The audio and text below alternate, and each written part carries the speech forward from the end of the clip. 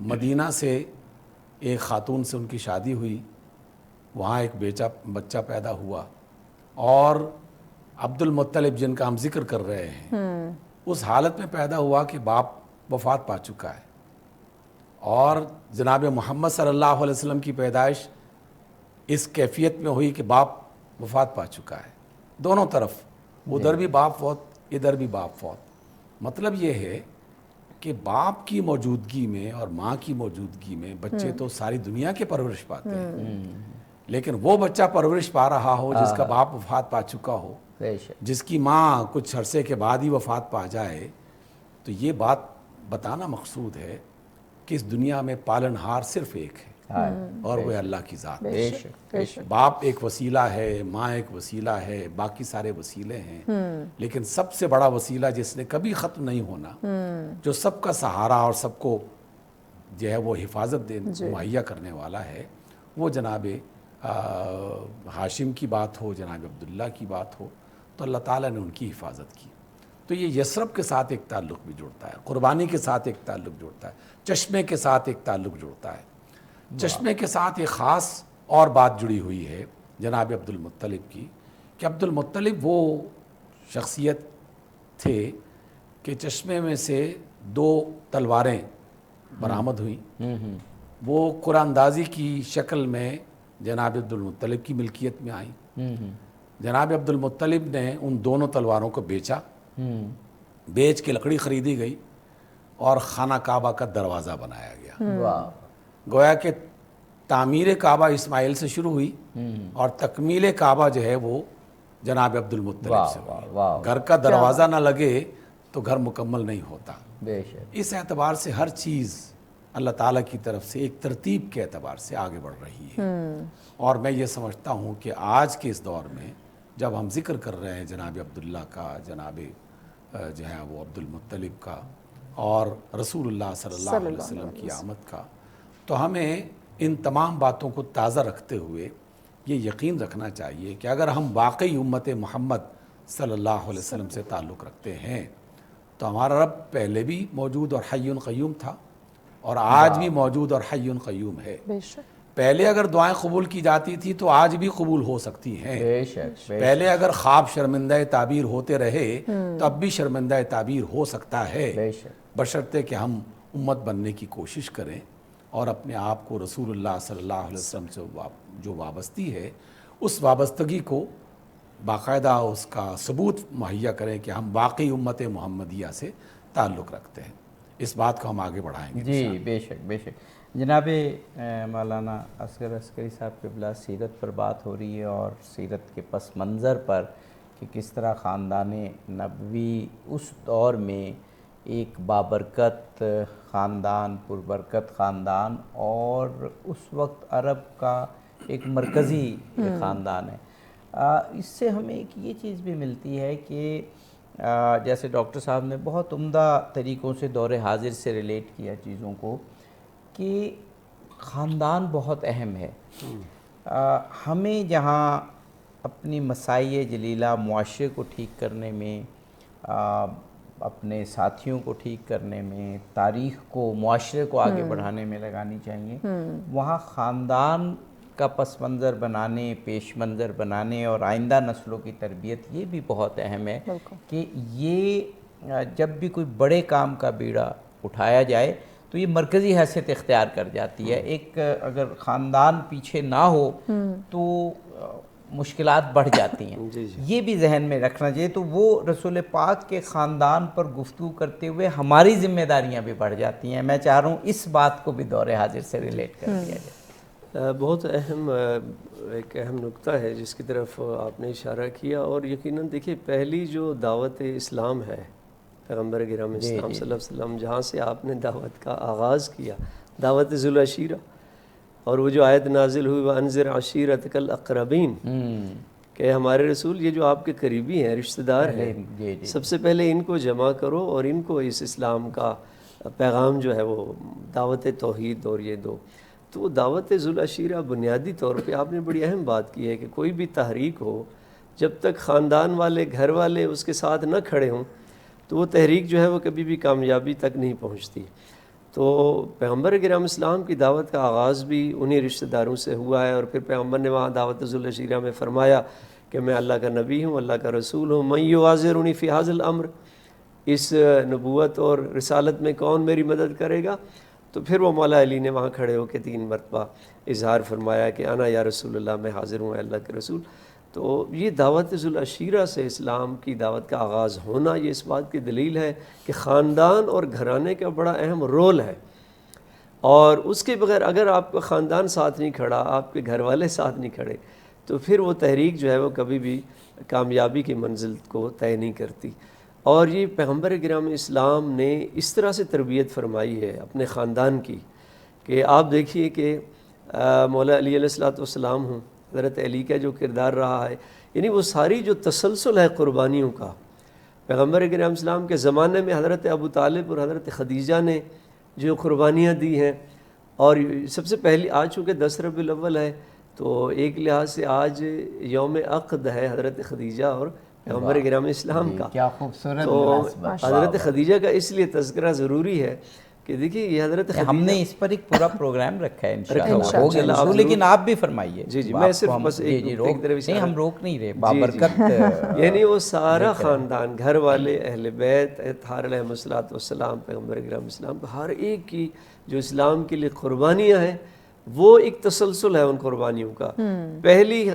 زوجہ ہیں حضرت خدیجہ جن سے پیغمبر کرام اسلام کا عقد ہوا، اور وہ بھی آپ جانتے ہیں وہ ساری تاریخ کے کس طرح سے حضرت خدیجہ نے آپ میں وہ جو خصوصیات دیکھیں، جو کرامات دیکھیں اس شام کے سفر کے نتیجے میں، اور پھر خود حضرت خدیجہ نے پیغام بھیجا ہے شادی کے لیے۔ عام طور پہ لڑکے والوں کی طرف سے یہ پیغام جاتا ہے، وہ اس کی بھی وجہ اور حکمت ہے کہ کہیں بعد والے لوگ یہ نہ سمجھے کہ اگر پیغمبر کرام اسلام یہ عقد کا اظہار کرتے اور شادی کی خواہش کا اظہار کرتے تو شاید لوگ سمجھتے چونکہ حضرت خدیجہ کی دولت بہت زیادہ تھی، مالدار تھی، اللہ تعالیٰ نے ہر چیز کا اہتمام کیا، کردار کی پاکیزگی کو ظاہر کرنے جی بالکل، جیسے ڈاکٹر صاحب فرما رہے تھے اللہ کی ایک اپنی تدبیر ہے، اللہ کا ایک نظام ہے۔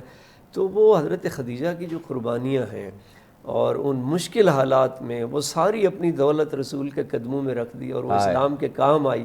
اور نچھاور کر دیا وہ ساری دولت کو، کوئی شک۔ اور پھر حضرت خدیجہ کی جب وفات ہوتی ہے جس سال میں، تو پیغمبر کرام اسلام اس کو عام الحزن قرار دیتے ہیں، غم کا سال قرار دیتے ہیں۔ اور حضرت خدیجہ کی وفات کے بعد جب حضرت خدیجہ کو پیغمبر کرام اسلام یاد فرمایا کرتے تھے تو بعض ازواج نے کہا کہ یا رسول اللہ وہ تو بوڑھی خاتون تھی، ہم جوان ہیں، تو پیغمبر نے فرمایا تھا کہ این خدیجہ و مثل خدیجہ، کہ خدیجہ جیسا کون ہو سکتا ہے، صدقتنی حین کذبنی الناس، کہ اس وقت خدیجہ نے میری تصدیق کی کہ جب لوگ مجھے جھٹلا رہے تھے، اور اس وقت میری مدد کی جب میں اکیلا تھا۔ تو یہ وہ کردار ہے، روشن کردار ہے۔ اور پھر یہ قربانیوں کا تسلسل، حضرت علی علیہ السلام نے بھی اسی دین الہی کی بقا کے لیے قربانی پیش کی، پھر پورا خاندان، امام حسن علیہ السلام، اور کربلا پھر وہ قربانیوں کے معراج ہے، وہ ذبح عظیم ہے جس کا بھی تذکرہ ہوا۔ تو خاندان کا کردار بہت اہم ہے، اور کوئی بھی انسان اگر کوئی اسلام کی تبلیغ کے لیے نکلتا ہے تو اس کو سب سے پہلے اپنے خاندان کو تیار کرنا چاہیے، اور وہ قربانی کی حد تک جان کی قربانی ہو، مال کی قربانی ہو، اور وہ ساری قربانی کے مراحل جو ہے اس کو ساتھ لے کے چلے گا۔ بے شک۔ ڈاکٹر صاحب، خود رسول پاک کے ولادت کے حوالے سے تو پورا عشرہ ہے، اور آنے والے کل اور پھر 12 ربیع الاول کو بھی جو ولادت کے پر نور لمحات ہیں اور وہ خوبصورت اوقات ہیں ان پر گفتگو ہوگی۔ آج ہم پس منظر پر اور ان رموز پر گفتگو فرما رہے ہیں جو اس وقت ولادت کے وقت ظاہر ہوئے، یا پس منظر جو اس وقت تھا۔ ایک اور چیز جو بہت بیان کی جاتی ہے آپ کے ولادت کے وقت، اور اس کو پھر علماء نے اور تاریخ نویسوں نے لکھا کہ یہ واقعات ہوئے، لیکن ان واقعات کے پیچھے مضمر جو رموز ہیں ان کی طرف بھی توجہ ہونی چاہیے۔ تو میں چاہ رہا ہوں کہ آپ دونوں علماء سے اس پر گفتگو ہو کہ جب آپ کی ولادت ہوئی تو جو کسریٰ کے محل ہیں ان کے ستون گر گئے، آتش کدہ فارس کی آگ بجھ گئی، اس کے علاوہ بھی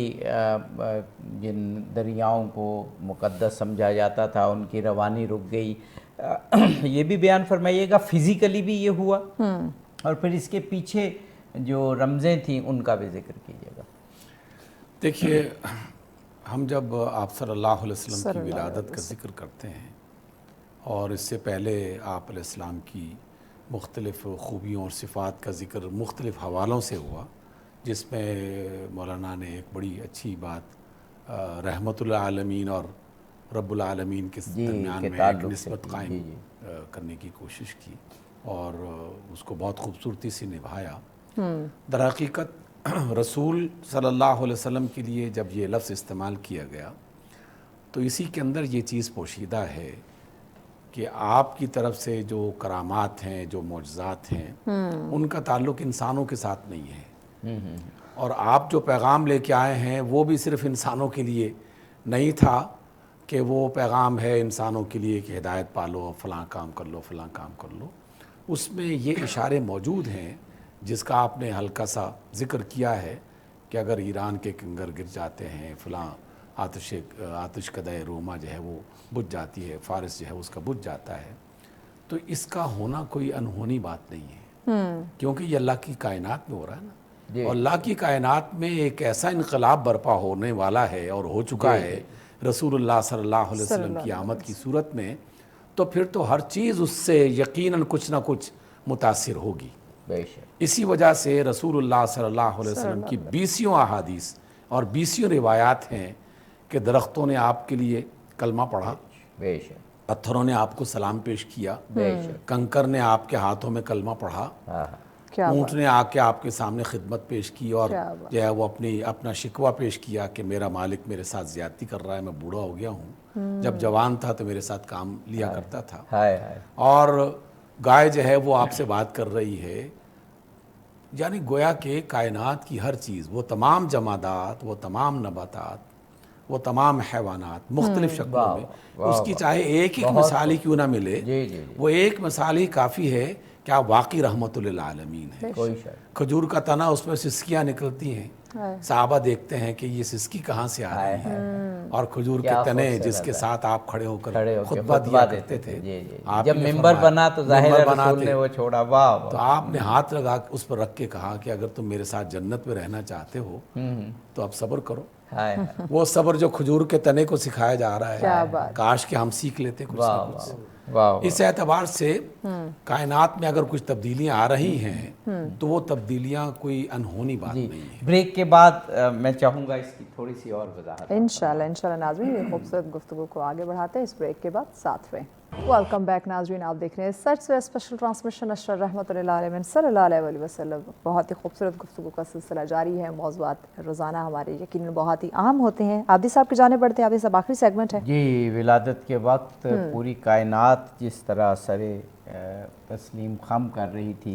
اور کچھ ایسی نشانیاں ظاہر ہو رہی تھیں کہ جو پھر آنے والی انسانیت کے لیے رموز بن گئیں، استعارہ و کنایہ بن گئیں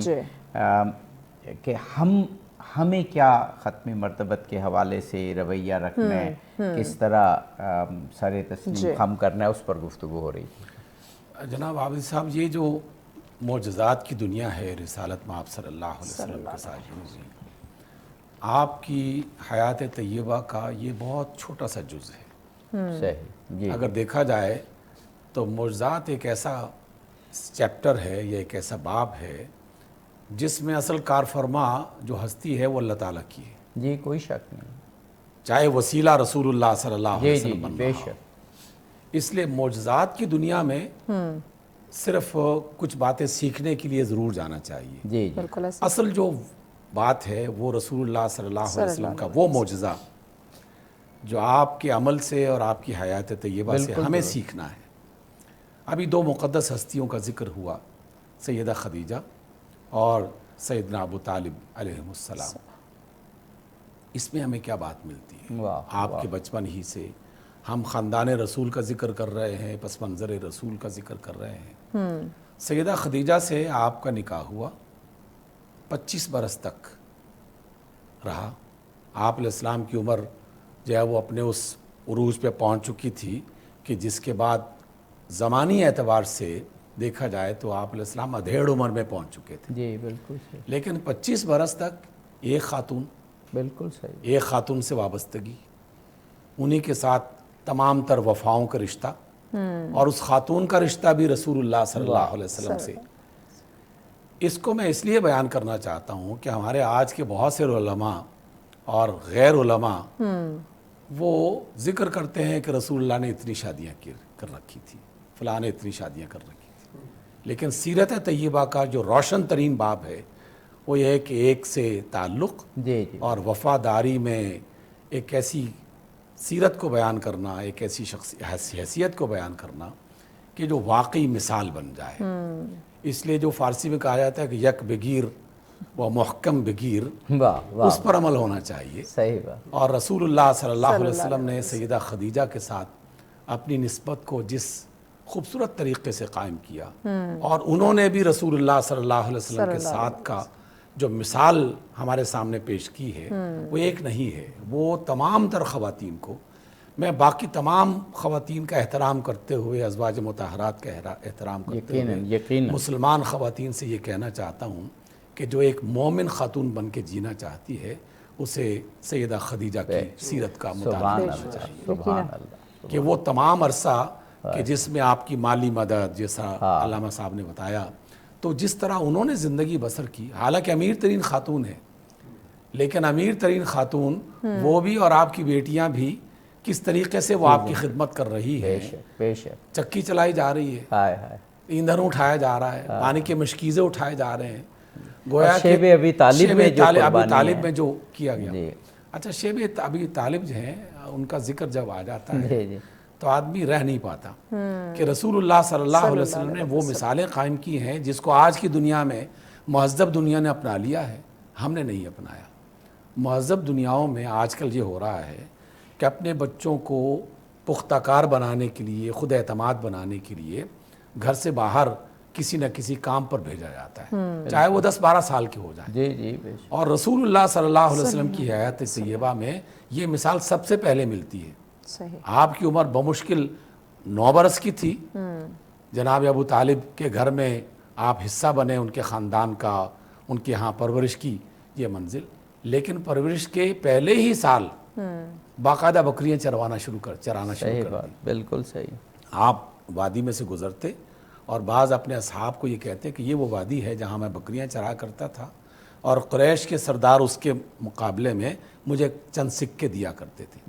اور وہ آج کل اس دنیا میں اس کو انٹرنشپ بھی کہتے ہیں، انٹرنشپ کہا جاتا ہے۔ بہت معمولی پیسوں پہ کام سیکھنا ہوتا ہے، کام سیکھنا ہے۔ دیکھیے ہم جو ہے نا، ہم جس نسل میں پیدا ہوئے اس میں کسی نہ کسی انداز میں ہوتا ہے، لیکن ایسے بہت سارے بچے ہیں جو بڑی عمر تک والدین کے مرہون منت رہتے ہیں، یعنی والدین پر ایک طرح کا بوجھ ہے بجائے اس کے۔ رسول اللہ صلی اللہ علیہ وسلم کا یہ کردار بکریاں چرانے والا صرف نہیں تھا، بلکہ آپ نے جو پیسے لیے یا جو پیسے بھی ملا کرتے تھے وہ جناب ابو طالب کی خدمت میں پیش کیا کرتے تھے۔ گویا کہ خاندان میں چچا کو ہاتھ بٹانے کے لیے اور چچا سے مدد حاصل کرنے کے لیے دونوں کام بیک وقت ہو رہے ہیں۔ تو اس اعتبار سے ہمیں ان باتوں کو تلاش کرنا چاہیے جو اس عمر میں خصوصی طور پر رسول اللہ صلی اللہ علیہ وسلم نے اختیار کیے۔ جی بے شک۔ ہمارے پاس اب 7-8 منٹ ہی ہیں، میں چاہ رہا ہوں 2 سے 3 منٹ پورے پروگرام کے حوالے سے اگر کوئی بات رہ گئی ہو یا خلاصہ وہ آپ بیان فرما دیں، اور 2-3 منٹ پہ ڈاکٹر صاحب کے۔ دیکھیں ڈاکٹر صاحب نے اس کی طرف اشارہ کیا کہ اصل میں جو سید الانبیاء کا وہ جو روشن کردار ہے وہ معجزہ ہے، اور اس معاشرے میں، جاہلیت کے اس معاشرے میں جو انسانیت کی پستی میں اور گرا ہوا تھا، تو اس معاشرے کو الہی معاشرہ بنا دینا، ایک روحانی معاشرہ بنا دینا، اور وہ جو اقدار کی ابتدا میں بات ہوئی تھی، جن ویلیوز کو آپ نے زندہ کیا ہے، چاہے وہ سچائی ہو، وہ وفاداری ہو، وہ ایمانداری ہو، وہ انسانیت کی خدمت ہو، وہ ہمدردی ہو، یہ ساری چیزیں تو اصل میں تو پیغمبر گرام اسلام کی اگر سیرت طیبہ کا خلاصہ کیا جائے تو وہ اسلامی اقدار ہیں۔ اسلامی اقدار حقیقت میں وہ انسانی اقدار بھی وہی ہیں، انسانی اقدار کہیں وہی اسلامی اقدار ہیں۔ تو آج ضرورت ہے ان اقدار کو، آج اس ہمارے معاشرے میں جس طرح سے آپ نے کہا کہ غزہ میں جس طرح سے ظلم ہو رہا ہے ہمارے فلسطینی بھائیوں پر، آج عالم اسلام کو اور خاص طور پہ عالم اسلام کے حکمرانوں کی ذمہ داری بنتی ہے کہ امت محمدی کے یہ پیروکار، یہ جو عاشقان رسول ہیں، اس حوالے سے اپنا کردار ادا کریں. پیغمبر کرام اسلام کی سیرت طیبہ کا وہ پہلو جو ہے کہ اگر کسی پہ ظلم ہوتا وہ دیکھتے تو پیغمبر کتنا اس کے لیے تڑپتے اور ہمدردی پیدا ہوتی. ظلم کے مقابلے میں آپ کی وہ تحریک تھی ساری, تو اس کو اجاگر کرنے کی ضرورت ہے. اور پھر ساتھ ساتھ پہ میں ایک طرف جو قبیلہ بنی ثقیف کا ڈاکٹر صاحب نے اپنی گفتگو میں ایک ذکر کیا تھا, جب اسلام نیا نیا پھیل رہا تھا مختلف قبائل جو ہے مدینے میں آتے تھے پیغمبر کرام اسلام کی خدمت میں, اور وہ کلمہ پڑھتے تھے, ایمان لاتے تھے, اسلام قبول کرتے تھے. تو قبیلہ بنی ثقیف کے کچھ سردار آئے 50-60 افراد, اور انہوں نے کہا جی ہم اسلام لانا چاہتے ہیں لیکن ہماری کچھ شرائط ہیں. تو سرکار نے پوچھا وہ کیا شرائط ہے؟ انہوں نے کہا جی ہماری پہلی شرط یہ ہے کہ یہ جو نماز ہے اس سے بھی ہمیں معاف کیا جائے, یہ ہم سے نہیں پڑھی جا سکتی, اور اس طرح سے سود کی بھی ہمیں اجازت ہو, اور ایک اور بھی شرط کہی کہ جی ہمیں مثلا زنا کی بھی اجازت دی جائے. تو پیغمبر نے فرمایا اب دیکھیں اگر آج کا کوئی اسلامی لیڈر ہوتا معذرت کے ساتھ تو وہ کہتا نئے نئی تحریک پھیل رہی ہے, آج قبول کر لو, کمپرومائز کر لیں, بعد میں منوا لیں گے ان سے. لیکن سچے رسول صادق اور امین رسول نے فرمایا کہ مجھے کسی ایسے دین کی ضرورت نہیں ہے, ایسے مسلمان کی ضرورت نہیں ہے جس میں نماز نہ ہو, جس میں سود ہو. لا خیر فی دین لا صلاۃ فیہ, ایسے دین میں کوئی بھلائی نہیں ہے جس میں نماز جیسا عمل نہ ہو. یعنی وہ جو اصولوں پر کبھی سودے بازی نہیں کی, ایک اہم جو سید الانبیاء کی سیرت طیبہ کا پہلو ہے, یہ بڑا اہم پہلو آپ نے بیان فرمایا. جو اسلام کے سچے اصول ہیں اس میں کبھی کمپرومائز نہیں کرنا. ڈاکٹر صاحب ہمارے پاس دو منٹ ہیں کہ آپ کچھ خوبصورت جملے اسی طرح فرمائیں کہ یہ پروگرام ایک یادگار پروگرام بن جائے اور سیرت کا کوئی بہت اہم پہلو سامنے آ جائے. دیکھیے سیرت کا جو سب سے اہم پہلو ہے وہ آپ صلی اللہ علیہ وسلم کی طرف جو وحی اتاری گئی اس کا آغاز, اور اس پہ چھپا ہوا اللہ تعالیٰ کی طرف سے پیغام بھی اور مشن بھی بیان کیا گیا ہے. کبھی بھی دنیا میں, انسانی دنیا میں انقلاب حکومت کی طرف سے جبر اور ظلم کی صورت میں, زور کی صورت میں نہیں آ سکتا. رسول اللہ صلی اللہ علیہ وسلم نے لوگوں کی جو دلوں کی دنیا تھی اس کو اصل میں باشعور بنایا. شعور کو بیدار کرنا اور شعور کو پروان چڑھانا, اس کو ترقی دینا, یہ رسول اللہ صلی اللہ علیہ وسلم کا سب سے بڑا طریقہ تھا. یہ بہت بڑا مشن تھا جس کی بنا پر باقی لوگوں نے بھی اس بات کو آگے بڑھایا. سیدنا علی علیہ السلام کا ہم اکثر ذکر کرتے ہیں اسی نسبت کے ساتھ کہ رسول اللہ صلی اللہ علیہ وسلم خیبر کی طرف روانہ کرتے ہیں, فتح ہوتا ہے, لیکن فتح خیبر سے ذرا پہلے جو نصیحت کی جاتی ہے وہ یہ کہ علی آپ کے لیے کسی انسان کو ہدایت عطا کر دینا یہ سرخ اونٹوں کی مال غنیمت سے بہتر ہے. ملک فتح کرنے سے کہیں بہتر ہے کہ انسان کو فتح کر لیا جائے, انسانوں کے شعور کو اجاگر کر دیا جائے, اسے ترقی دے دی جائے. تو اللہ تعالیٰ نے اپنے رسول صلی اللہ علیہ وسلم کو شعور کی دنیا میں بیداری پیدا کرنے کے لیے روانہ کیا, اور ہمیں بھی شعور کی دنیا میں بیداری پیدا کرنی چاہیے. اور ہم آج جس دور میں رہ رہے ہیں اس میں شعور ہی کا تو مسئلہ ہے, اسی میں تو الجھے ہوئے ہیں ہم. اس الجھن کو دور کیجئے, اپنے شعور کو تر و تازہ کیجئے. رسول اللہ صلی اللہ علیہ وسلم کی زندگی اور آپ کی روشنی سے بہتر اس کو اجاگر کرنے کا کوئی اور طریقہ نہیں. بہت خوب, ماشاءاللہ. سبحان اللہ سبحان اللہ. آج کی گفتگو کتنے اچھے اسکالرز نے کتنی خوبصورت گفتگو کی. گفتگو کا خلاصہ یہی ہے کہ ہمیں ختم مرتبت محمد مصطفیٰ صلی اللہ علیہ وآلہ وسلم جو فخر موجودات ہیں, جو محسن انسانیت ہیں, انہوں نے انسانیت کو جو ویلیوز دیں, جو اقدار دیں, جن کی آج بھی ضرورت ہے, ان کو ہم چہار دانگے عالم نہ صرف پھیلائیں بلکہ ان پر عمل بھی کریں. اگر آج واقعاً عمل ہو جائے ان پر تو یہ جو ظلم و ستم ہم مختلف جگہ دیکھ رہے ہیں اس کو ختم کرنے کے لیے عملاً پوری انسانیت آگے بڑھے گی. یقیناً بڑی اہم اور خوبصورت بات کہی آپ نے.